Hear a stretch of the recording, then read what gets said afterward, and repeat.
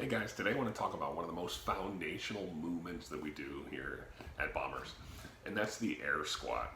Now the air squat, the functionality of that air squat should be obvious anywhere we raise our center of gravity from a seated position to a standing position. I think all the times throughout the day you're asked to stand up out of your chair, or to get off the couch, or heck, even get off the toilet. If you're not able to air squat, you're going to function at a fraction of your athletic capacity. Now the air squat has some points of performance that we want to go through.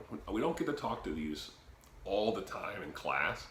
We point these out or teach and talk through many of these points, but I'm going to dive into 5 of the specific points on teaching the air squat. When we teach a movement and when we're coaching movements in the gym, we use these points of performance almost like our checklist to see what a perfect movement looks like. As we demo and talk through different things, we use these points of performance as our guide. Now you can think of it as points of performance. They're going to help give you a mechanical advantage to where you can move better. They're going to help you move safer and help you to function better, and then use the joints as they're meant to be. The first point of performance for the air squat, we call it maintaining a neutral spine. I'm going to write that up here. Neutral spine.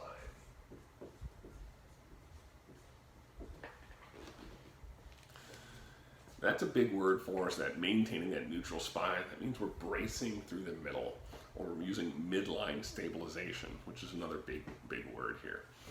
What that means is we're creating an integrated trunk where that natural S curvature of the spine is wedded to the pelvis. Let me see if I can draw this out for us. So if we had a person here, let's do this.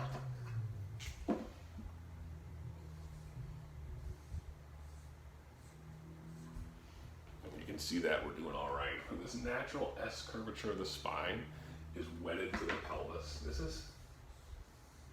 This is an unmoving integrated trunk. Almost think of that as one unit. Now that posture is maintained throughout the range of motion. So if we squat down,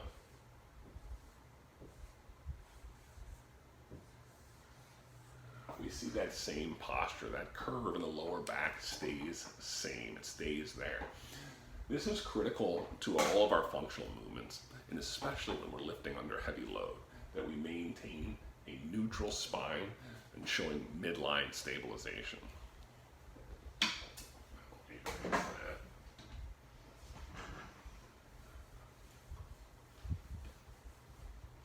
Another point of performance that we want to demonstrate is the weight in our heels. Write that up. Weight in the heels.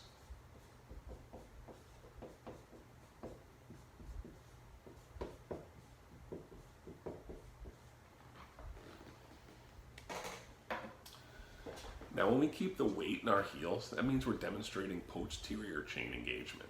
That's a big word to say all the muscles on the back side of our body. When we drive through our heels, we're using the glutes and the hamstrings, which are primarily responsible for peak athletic movement. You may have heard, or we jokingly say that the front side of our body are our show muscles. They look good, right? But the back side of our body is our go muscles. They're responsible to propel us forward. Now when we squat, we don't want all the weight to be excessively in the heels. We want an even distribution of weight between the ball of the foot and the heel. Another point of performance, we want to see that we move with the correct line of action. And I'm going to talk about that. Line of action is our hips to move back and down. So let's say line of action, hips back and down.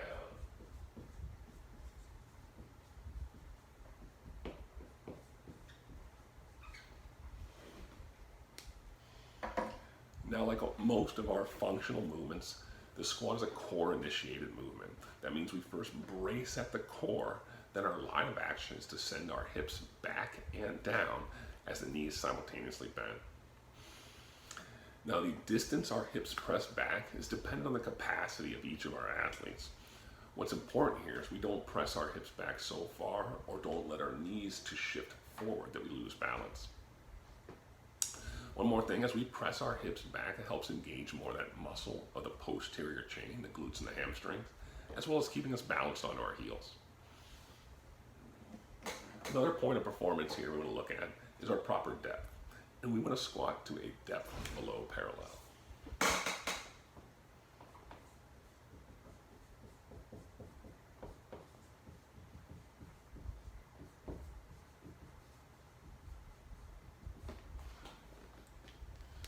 So we'll define full range of motion in the air squat as below parallel at the bottom to full hip and knee extension at the top.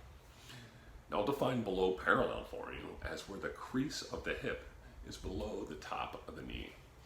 I'll draw our figure back up here. So we're squatting here.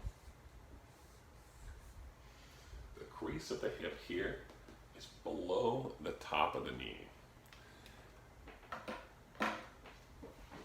Full range of motion means taking our joints through their natural anatomical end ranges. This helps keep our joints healthy and flexible. This promotes more musculature around the joint. And I'll tell you, this is often what life demands of us, is to use that full range of motion. There's one more point of performance for the air squat we want to look at, and that's to ensure our knees track in line with our toes.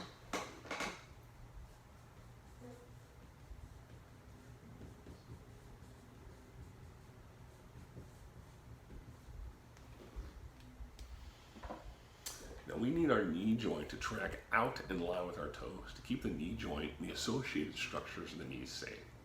Also, as we press our knees out, we engage more musculature of the posterior chain, the glutes, also the adductors and the abductors.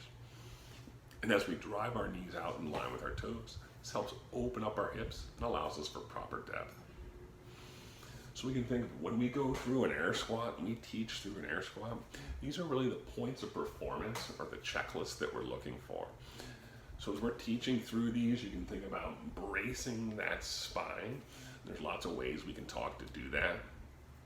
We can talk about putting our heels down into the ground. We want to squat that line of action, pressing our hips back and down. We want to ensure we use a full range of motion, getting our hips or a depth below parallel. And then we want our knees to track in line with our toes to keep the knee joints safe and healthy.